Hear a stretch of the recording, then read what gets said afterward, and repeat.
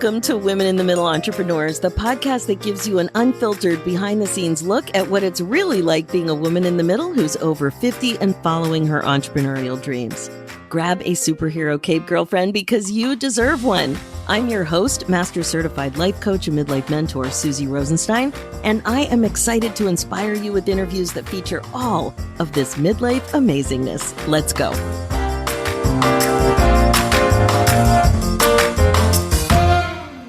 Hey there, welcome back to the show. We have another really exciting interview ahead of us about becoming more comfortable around money and more profitable in business. Who doesn't want that? Today, you'll be meeting Lynda McDonell, a woman in the middle entrepreneur who's a financial, life, and business coach for female business entrepreneurs. Oh, I love it when I stumble on the most simple word. So I will just repeat that. A financial, life, and business coach for female entrepreneurs. Perfect. Okay. Welcome to the show, Lynda. Thanks so much for joining us today. Thank you, Suzy. I'm so excited to be here. This is great. Me too. We've already established that you live in North Carolina and you have a screen porch that I want. Yes. Come visit anytime. You are welcome. Like, we have a lot of fun before we get going on these interviews. So anyway, that's what happened. All right. So I know we're going to have a really good conversation today about your midlife entrepreneur story. We're going to be talking about your business and what's going really well, and also what midlife issues might be getting in your way a little bit here and there and might be challenging for you in your life and maybe as a business owner. So we'll talk about all that stuff. So let's get started with how old you are, how long you've been an entrepreneur, and obviously what it is that you do. So take it away. Okay. Well, I am turning 50 this summer. So I am, yay for me. And I think that will actually be after the podcast is launched, which is why you were able to come on, because I have a 50 cutoff. So as long as you're Wonderful. on for your episodes out, we are cool. I just got in under the cutoff. That's great. And I'm going to wish you a happy birthday right now. Welcome. Thank you. Thank you. This is great. I'm so excited to be here. I do feel like I am wading into the midlife space. And so I am just so excited to be having this conversation with you and really talking to other women in this age space, because I'm learning a whole new side of me that I didn't know existed. But I know we're going to talk about that in a little bit, so I won't spend too much time yet. But I am a financial life and business coach, as you mentioned, and I started my business in 2020. So it's been about 3 years that I have been doing that. But I feel like my journey started when I was a little girl, and I'll explain why. So my father was a stock analyst, and he used to work on Bay Street in downtown Toronto, which for anyone in the US is like the equivalent to Wall Street in New York. And on Sundays, he used to take me down on the subway downtown because he had some work to do. And I remember running the halls of this office way back then. And at that time, I would ask my dad, well, what are we doing? What are you doing? You know, as little kids do, all these questions. And he was so wonderful. He would talk to me about it, tell me about things. He looked at companies. That's what he did. And he decided whether his company should buy stock in it. He used to go to annual meetings for companies. He would sometimes take me along. And so from a very young age, I learned about money. I learned about business. I didn't think much of it at the time, I'll be honest with you. And so then I got a bit older and I went to college, became a CPA. Then I worked in corporate finance for a large company. And then I took a pause, because my husband and I were both in the corporate world. We were starting to move around, and we made the decision for me to stay home. And then it became time that I was ready to go back and figure out what I was going to do. And a friend had asked me to coach her. And I was like, okay. And I didn't think much of it because I had given financial advice to friends over the years. And so I was like, sure. And when I started to actually coach her and spent week after week with her and saw what she didn't know about business, about finance, about money, and about the way we think about money, I realized that there was this huge space that women hadn't been exposed to that I had been. And so then I realized that this really was my calling. And since then is when I really started my business. I said, this is what I need to do. This is my purpose career is what I call it. And I have been doing it ever since. So I originally started just working with women, professional women and business owners. But then I realized as I started coaching, I'm like, oh my gosh, I have all this knowledge from my past life that I could put into my business and really help women. Like I know how businesses are run. I know how they work. I know how to make them profitable. And that's when I really found it. And it's been such an exciting journey. And I can't wait to see where it's going to go. What you just said, that story is so powerful. Like, first of all, you're an accidental entrepreneur, which is fun. Yep. I love those stories. But also, it's coming up. I'm hearing this quite a bit in this podcast with all these interviews, that women really don't appreciate transferable skills the way that is incredibly useful. So, I mean, who knows what would have happened? No regrets, of course, but you realized it when it was obvious to you and you were open to it, but you didn't even see that what you were absorbing was a skill. Exactly. A valuable skill. No idea. I had no idea. And, it's something I had observed and just kind of fallen into. And then when I got away from it, I did see it as a skill, but I saw myself as almost washed up. So it was like I came from the corporate world, became a stay-at-home mom, and I was terrified to figure out what my next step was because I had been out for many years, and I'm like, oh my gosh, I don't know who's even going to hire me, which is a ridiculous thought. But that's, of course, what our brain presents to us. And I believed it until my friend asked me, and I started to gain that confidence, and it all came back to me. It was literally like this tidal wave that just started coming back to me. It's like, oh my gosh, like you don't have to do it the way you did it before. This is a whole new way you can do what you do and love it. I mean, I had kind of been in my younger years just going through the motions. Like, this is what we did. We got this professional designation, and then we went and did this, and then we went this. And this was my way of really charting my own path. And that is, So when I realized that I had this skill that I could repackage into something completely different that spoke to the audience that I really wanted to help and saw the value, real value in this, it's been a real journey for me and just so rewarding and Yeah, it's so good. I mean, I'm thinking all kinds of things right now, but the one thing is, so I've been coaching midlife women now for 10 years, 10 years. And one of the things that's been so fascinating for me is not just to think about women, as doing whatever it is we're doing with the goals that we have, but I always think it's critical to put the goal in perspective with how old we are and in a positive way, because it's kind of like when you get on a scale, it's very important to many say this, but I don't know that everybody thinks this way, but many of us would agree that when you look on a scale and see a number, that it's really important to appreciate that number as a data point. And that if you can appreciate the number as a data point, then you can interpret it and make it mean whatever the heck you want it to mean. I feel the same way about age, but what typically happens is there's so much crap and stigma about age that we tend not to revisit our priorities, revisit our goals, and then we're just humming along as if nothing's changed, but things have changed. Yes. And what I'm really sensing that a good way to think about it is to think about it as a midlife operating system.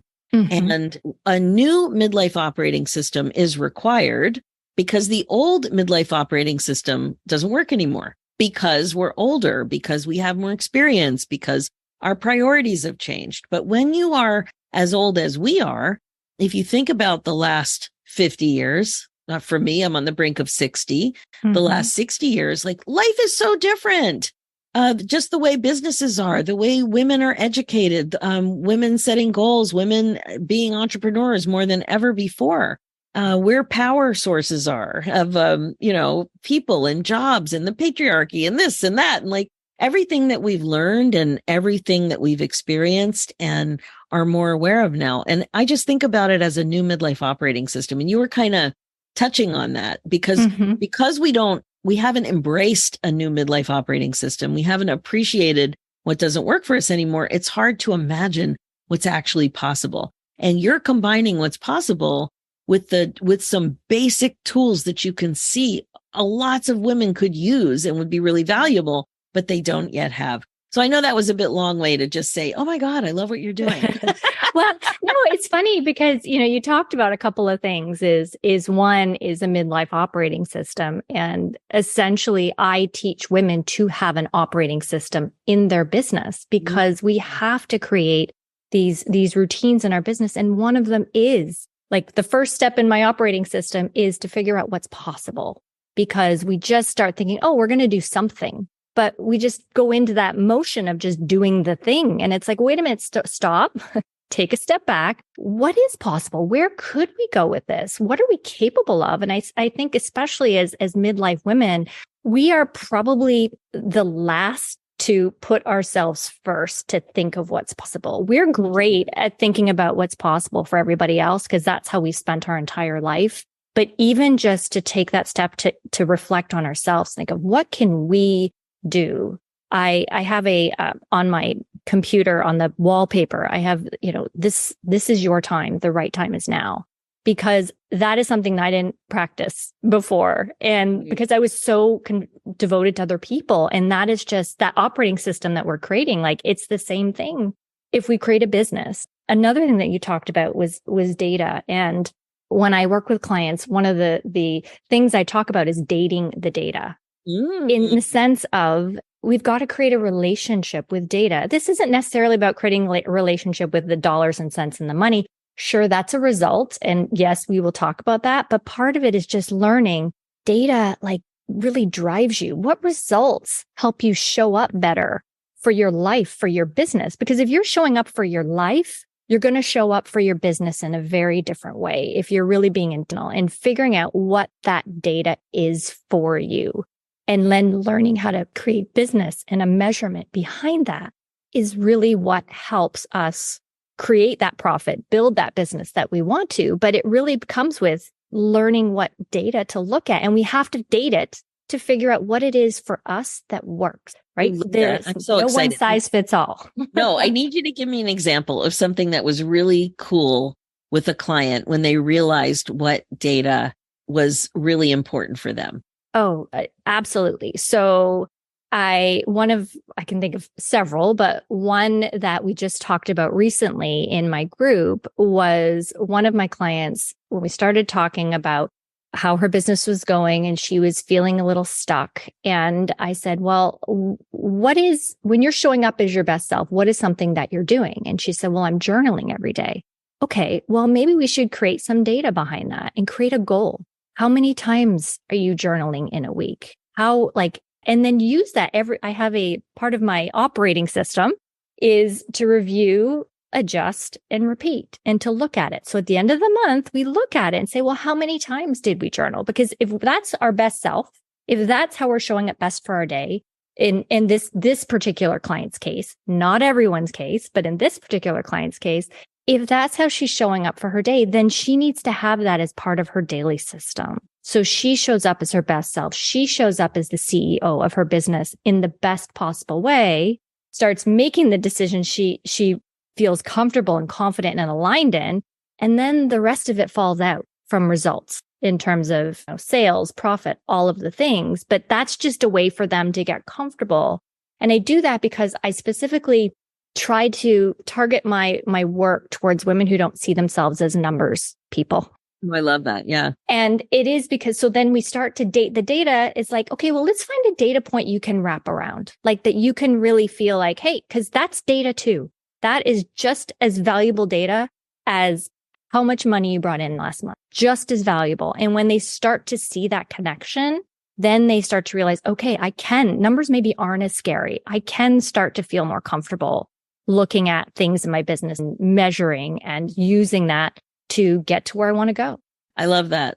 Because one of the things I really noticed early on in my business was how much I had that thought that not only am I not a numbers person, I don't like it. And I had a coach tell me, you need to love money. And I'm like, what? I was just so confused by the concept of even loving money means that I want to protect it. It means that I want to read my bank statements. It means I want to make sure I'm not being double charged. And it's not just about getting more money, but it's also about protecting the money Correct. you have. And that, like, because I was sweeping it all under, oh, I suck at this and I hate it. I hate this part. Yes. I was really just not appreciating so much more by that weird thought. Right. It's very common to just bundle that numbers under one big umbrella and just shove it, like put it in the closet and close the door and don't look. And that's it. It's like, how do we get to know our numbers a little bit better? How do we get to create something that we see how numbers relate to other things? I actually like to think of it like this. If you were to look at a book, open it up, you can see it's just a bunch of black and white symbols. That's what you could see. But because we have learned how to read, and you start reading it page by page, it starts to tell a story. Then like it jumps off the page. And that's really what I want to teach women about data and numbers and how to use it in their business so that they see the story that it tells, not so much just looking at it as this scary algorithmic thing that a lot of people think it might be. Yeah, I love that. So I'm reflecting just briefly. A couple of weeks ago, I realized I was being charged for something I shouldn't have been charged for. Mm-hmm. And it turned into be a big pain to sort out. I wasn't getting, it wasn't one of those customer service situations where everything is solved in 10 seconds. It was not one of those. And it dragged on. The more it dragged on, the less interested in it I was. But I knew that was wrong. So anyway, I persisted. And then just when I was nearing the closure on sorting that thing out, I saw another double charge. And this one was an annual fee, not a monthly fee. Mm-hmm. And it just I had some fraud on a credit card last year, so I had to change it. And I hadn't put in the new credit card number. So I got a notice to put in the new credit card number update. So I did that. And I'm thinking, oh, I did that so quickly. I'm such a good human. And then I get double charged. Oh, and I was so annoyed because that week I spent so much time sorting out these two problems. On the other hand, I also felt so proud of myself that I caught two things because it was a total of about $500. And I would never have caught this stuff 8 years ago. Right. And think about what you can do with that $500. Right. So I had a little success moment, me, myself, and I, just going, oh, such a big girl move. Look what I did. I caught a charging error, two of them. It really is, because sometimes this happens and we assume just because there's this computer systems, everything's going to be right. But we do need to take the time to do that review, adjusting and repeating, where we look at our money and say, hey, where is it going? Is it going where I want it to go? Right.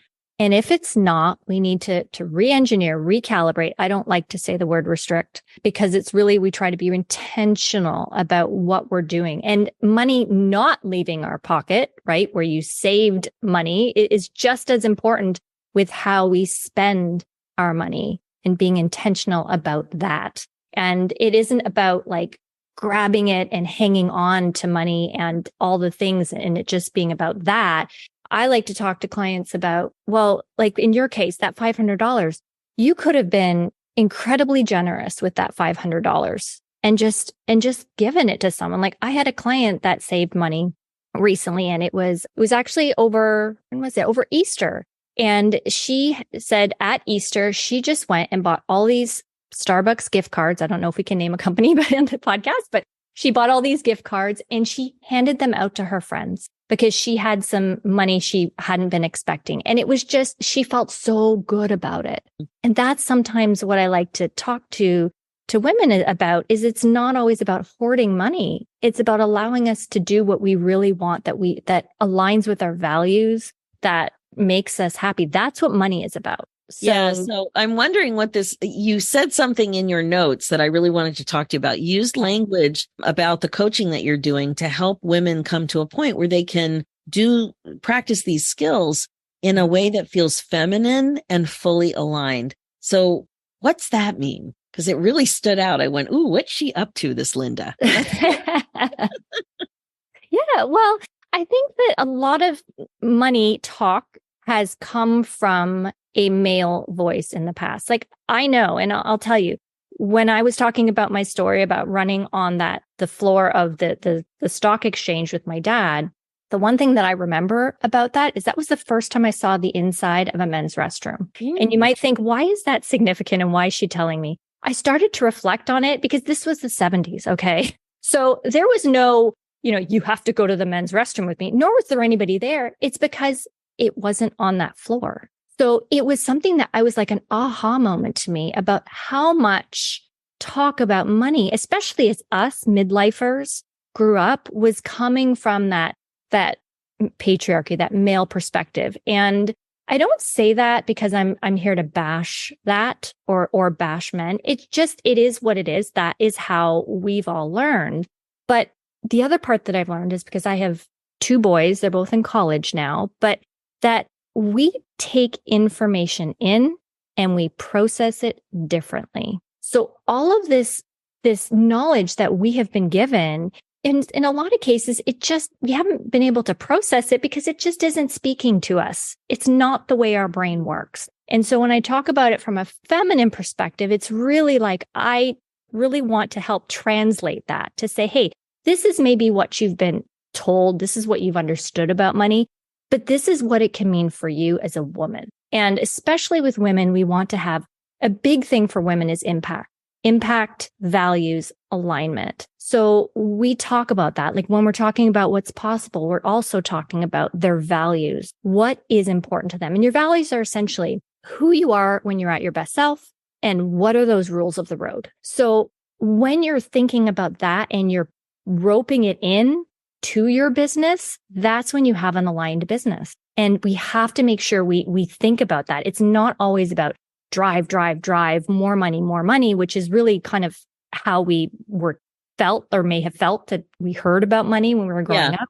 Mm-hmm. It's shifted. And so I want to give women that permission to do that in their business. I love that. Okay. Now, I love this whole midlife challenges thing. Yes. Because I just think women should all be walking around with a cape. Indeed. You're an entrepreneur, you're juggling so many things. So with your experience as you've been growing your business, what has been getting in the way for you in terms of some of this midlife stuff, these classic? Well, okay, let me tell you. So when I started my business in 2020. And when my friend had asked me to coach her, and shortly thereafter, my father was diagnosed with dementia and he passed away shortly thereafter. It was during COVID. It wasn't from COVID, but complications related to him getting services and not wanting services during COVID. Unfortunately, he passed away. And so I was tasked with wrapping up his estate, wrapping up his home because him and my mother lived apart. So I had to deal with that as I was trying to grow my business. Fast forward to this year, my mom is now about to move into an assisted living home. And so in addition to running my business, I'm having to manage that whole move in a parallel way, which means selling the house that I was born in and wrapping up all of that, getting her adjusted into this new home. And so it's one of those things. I think that when I launched my business, my boys were heading off to college and I thought, oh, I'm going to have all this time. Yeah. Oh my God. I've got all these hours to fill, and it hasn't been the case. I mean, I'm often on the phone sometimes with doctors, with my mom, with caregivers, really trying to manage that. And so I've had to intentionally work on creating a business that allows me to make that a priority, to be there for her, to travel back and forth because it's 1,000 miles away from where she is and where I am. And I've really had to make sure that the way I've crafted my business, it works with that so that I can be in multiple places at once, that I don't have to work 40 hours a week if I can't, essentially. Yeah. That I can be there at a moment's notice if there's a health issue that sometimes I have to get on a plane and fly to see her. So that has probably been the one thing that I didn't expect. Yeah. What are some of the ways you dealt with it? Well, I have been really trying to work some things into a routine. So I've been trying to see her more often. I've created good channels of communication between her, any of the doctors that she's had to deal with. I've brought in other family members to help that are not necessarily in the same city as her, but have helped with this journey as well. And it's just one thing at a time. Unfortunately, not all of it's predictable. Yeah. Aging parents, I mean, you can't create a pure system around it. But what I've done is created some help, like a network of people. I've also set some things in place in my business that do run a little more automatically and efficiently, that don't necessarily require hours of my time to do anymore, which is partially why I've started shifting my business into creating a group and being able to help more women, but not necessarily requiring all that many hours of coaching, so that if I do have an emergency and I can fly up and I can make that work. Mm-hmm. So it's been very intentional on my part, but no matter how intentional we are, there's still wrenches that are thrown our way, curveballs that are thrown our way, but it's working out, but it's emotionally hard too. Yeah. Yeah. That's for sure. Yeah. That's for sure. So what would you say is something that you've noticed about being older and being an entrepreneur? Positive or negative? What have you noticed? Yeah. Well, a couple things. I would say that from a positive perspective, as I get older, I am really less interested in what everybody else is doing. I am more interested about creating a business that works for me and that I love, because I want it to be sustainable for a long time. Because I realize that a lot of us, we start a business and it's like, hey, we want to grow it, but then it's like we peter out. It's like maybe either shiny object syndrome, or we've just exhausted ourselves. And I realized that my body doesn't work that way. So I have to schedule time in for movement. I have to schedule time in for rest in the day. And I need to make sure that works. And that's something that, I started, like I said, my career as a CPA. I remember working 60, 70 hours a week, and I would do it week after week after week. I could never do that now. So I've been having to be really purposeful in how many hours can I work, and how do I prioritize my personal self-care? And also, week by week, I feel differently throughout a month. And sometimes I know last week, for instance, I had a meh week. I really did. It was just, that's the only way I can describe it. It was just meh. And I gave myself the grace to have that, to say, okay, you know what? Maybe I'm not going to get done what I wanted to this week, but my body's just not going to allow it. And sometimes in, my case, perimenopause, there's just that level of unpredictability that I can't fight it. I just have to go with it. And then when I do have my surges where I feel that creative energy, that's when I also know that that's when I dig in. Mm-hmm. And that's when I get really productive and use that time to get ahead, so that when I have those moments, it's okay. I'm not sitting there beating myself up or using it against myself. And what do you think? You mentioned in your notes that sometimes you have this thought that you notice that it might be a little selfish to focus on your business. Yeah. And I know I've heard this from many women, because we're like, oh yeah, the kids are away. Oh, I'm going to have all this time. And as you mentioned before, it's not really like that, because it's very easy to fill the time. But even though there's less, maybe fewer demands from little people, there are still lots of people making demands, and all the unpredictability, the kinds of things that you were just talking about with your mom. So how are you managing that idea that focusing on your business is selfish, that pops into your brain every once? Well, it's something that I constantly work on. So I don't have it figured out, but I've realized that the more I create boundaries, not just for myself, like I create boundaries with my time in how much I'm going to work, but also with others. I have really learned, as my children have flown the nest, they're still in college. Sometimes they still see me as that parent of when they were young. And I've actually learned that I need to say no to them more, and I don't have to jump in and rescue them. And that's a gift to myself, but it's also a gift to them. Huge. Yeah. And that has actually helped me along the way, that sometimes it's okay to be selfish, but it also helps other people. in the sense that they're at a point where they need to start finding their own lives.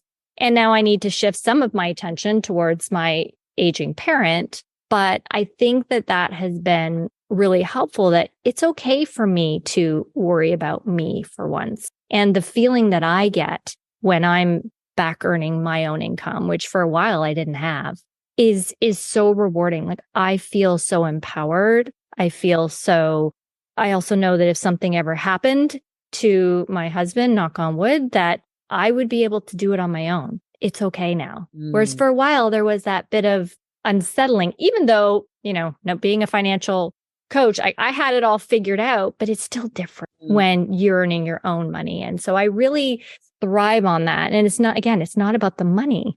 It's about how it makes me feel, that feeling of security, and that I can do this on my own and I'm feeling empowered, has been a big piece for me. So that's how I manage that it's okay to say, I need to be selfish right now, because it's my time. It really is. It's my time. I have given my time to a lot of others.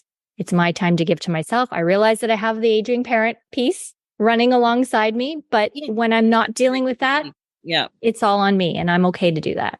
Yeah. And so what would you say? One thing you mentioned very briefly, I just wanted to go into a little bit more. It was about the importance of listening to your body. So, we are older now. I'm not saying we're old, but we are older. There's no question about it. Every day we're older. And the importance of listening to your body and doing something about it, it's very different than listening to your body and choosing to actively ignore it. And then that's still different from not even understanding that your body has something to say. So there's the oblivious disconnection that some women experience. And then there's the hearing it or feeling it and then choosing to keep working or keep putting somebody else first or not sleeping or whatever it is. And then there's the active choice to listen. So where are you in that range now that you've identified how important movement is and that you do need to take care of your... Yeah. Well, I definitely would say I'm at the active choice. However, as someone who's going through that change, it's changing. And so it's not like I have this perfect system. So something that might have worked for me 6 months ago, I find myself constantly tweaking. But I would say about 10 years ago or so, I started to notice that I have to see my job as fueling my body, and I have to give it what it needs. So part of that fuel is food. Part of it is rest. Part of it is self-care. Part of it is emotional well-being. I have to figure out, back to those values that I talk about with my clients, I've chosen to live that. Who am I when I'm at my best self? So I know what my values are because I did the work on it. And I also feel that I have to practice what I preach. And it's really important to say, hey, this works for me. I'm not saying that works for everybody else in their way. Everybody has to find their own perfect operating system, or one that works for them. I don't know if there is a perfect operating system, I don't think it's perfect. Yes, exactly. So that's really what I've figured out, is I really see that I do have the choice to give myself fuel for what's happening in my body. And that's been the biggest change. I do a lot of reading. I'm very interested because I think curious makes you smarter. And and just recognizing that it's a choice. It is a choice. That's a huge epiphany for so many of us when we really take full control over what's going on and stop blaming people, places, and things for, our inability to make it easy. It's never easy. It's never easy to put yourself first. It's never easy. It's never easy. So, that's great. I think that'll really help. Yeah. Well, creating those boundaries for myself, really, although we aren't conditioned as women to think it's okay to put up those boundaries, but I realized that they're the healthiest boundaries that I could do. Mm-hmm. So the more I was able to put up my boundaries and say, okay, this is how I am at my best self, that's how I'm able to move forward and run through this. And like I said, I still have those meh weeks where it's like, oh my goodness, what's happening now? But I have to think about, okay, well, what am I going to make that mean? does that mean I need to burn down the whole business and not do anything? Or does it mean I just need to be kinder to myself? Well, that's the thing with the perimenopause and the menopause is, and I've had a lot of women, I've interviewed a lot of women about this. And there's so many of the symptoms that are a little bit mysterious where we're not as well versed as what they all could be typically. And then it takes us a while to catch on to say, yeah, what is going on? Maybe that isn't normal. Maybe it's just normal for menopause, but it's not the way I normally feel. Like just to be tuned in enough to recognize what's going on is something that helps us as we 100%. Right. Paying attention is really important. Yeah. And because let's be honest, a lot of times these things don't start like they hit us with a Mack truck. It's like a little whisper. Yes, exactly. It's like a little drop. And it's like, you're sort of like, okay, something's different. I don't you gotta turn up the hearing aid. Yeah. I don't quite know what's happening here. Yeah, exactly. But at the same time, pay attention. And that's what I love about, podcasts like yours is just more conversations about it, because sometimes things are happening and we're like, okay, well, I don't know if this feels like, if this is normal. And the other thing is it indulgent to follow up on something that doesn't seem critically bad for my health? That's another thing. It's more subtle. It's that, yes, it's like things are okay. And we get very comfortable with things being okay. Like, is it preventing me from tap dancing? I'm tap dancing these days. Is it preventing me from that? Or is it preventing me from going to my yoga class? Well, maybe not. But is it okay to be meh?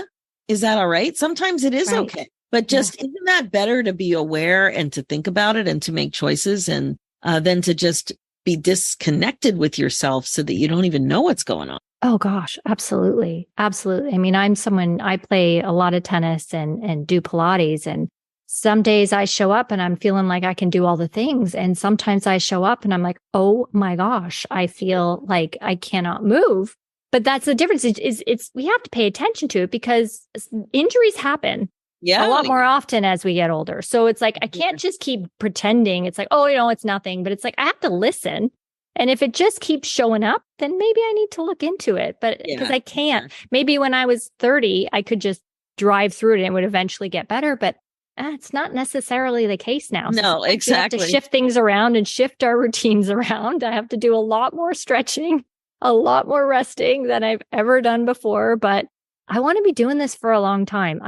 My grandmother is 103 years old. Wow. And I have created I'm driving for 103 because I'm like, you know what? If she can do it, so can I. Oh, I love that. And what you're touching on is, as an entrepreneur, we don't have a retirement date. No. So there's so many options and so much flexibility and possibility about what we imagine for ourselves at that point in our lives. And one of the things that's been so great on this podcast is, there are older women who are ready to talk about older dynamic women who are killing it as an entrepreneur. And they have so much to give back and to teach all of us. But I love that you're aiming for 103. Brilliant. Yes, absolutely. I mean, hey, she's still going. So I'm just going to keep going, follow whatever she's doing, because if she can do it, so can I. And so that's why I feel like I want to live my best life, and I'm going to put everything that I can into doing that and being intentional. And I'm going to get it wrong in some ways, and that's okay. I'm going to fail forward. Not a problem. We're just going to figure it out and see what works. But it's so good. It's fun. Yes, it is fun. Well, Lynda, how can people best get a hold of you? Great question. So I hang out a lot on Instagram and Facebook. So my handle is Peak Prosperity, which is PIQUE Prosperity. That's also my website, www.peakprosperity.com, is probably the two best ways to get a hold of me. Perfect. And I just really want to say that I love what you're doing. I mean, thank you. It really has been such a surprise as an entrepreneur about being uncomfortable around money. And I think so many of us can relate to it in some way. We weren't all running around in the hallways of the stock market places like you were when you were young. But it's such a part of being a real CEO of your business, of being like stepping into being professional and protecting money and figuring out how you can really do the things that you're prioritizing with your success. And you're really helping that. So Lynda, thank you so much for taking the time from your day and sharing all of this good stuff. I really, really do appreciate your contribution. Oh, thank you so much for having me. It's been my pleasure. All right. That is it for now. If you're listening and loving what you hear, please like and subscribe. Reviews are great too and much appreciated. And if you're a woman in the middle who's 50 or over and an entrepreneur and would also like to come on the show, please go to www.midlifeinterviews.com and fill out an application. I'd love to have you on to share your story. Thanks so much for listening. It's never too late for you to put yourself on your agenda. I'm Suzy Rosenstein, and I'll talk to you again soon. Now, real quick before we say goodbye, if you are connecting with this show, I'd love to invite you to a happiness breakthrough coaching session. It's my laser-focused coaching call that will help you get clear about what's getting in your way as a woman in the middle entrepreneur and confident about your next steps to more happiness in your next chapter. Head over to www.nextchapterbreakthrough.com. Talk to you soon.